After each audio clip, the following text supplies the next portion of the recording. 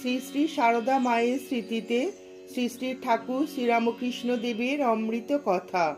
একটি ভূতের গল্প। একবার বেনিপালের বাগানে রাখালকে সঙ্গে করে গেছেন ঠাকুর। তিনি বাগানের দিকে বেড়াচ্ছেন।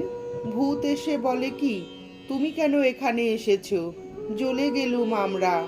তোমার হাওয়া আমাদের সহ্য হচ্ছে না, তুমি চলে যাও, চলে যাও। তার পবিত্র হাওয়া, তার তেজ ওদের সহ্য হবে কেন? তিনি তো হেসে চলে এসে কারুকে কিছু না বলে খাওয়া দাওয়ার পরেই একখানা গাড়ি ডেকে দিতে বললেন। কথা ছিল রাতটা ওখানে থাকবেন। তারা বললে, এত রাতে গাড়ি পাবো কোথায়? ঠাকুর বললেন, তা পাবে, যাও। তারা তো গিয়ে গাড়ি আনলে।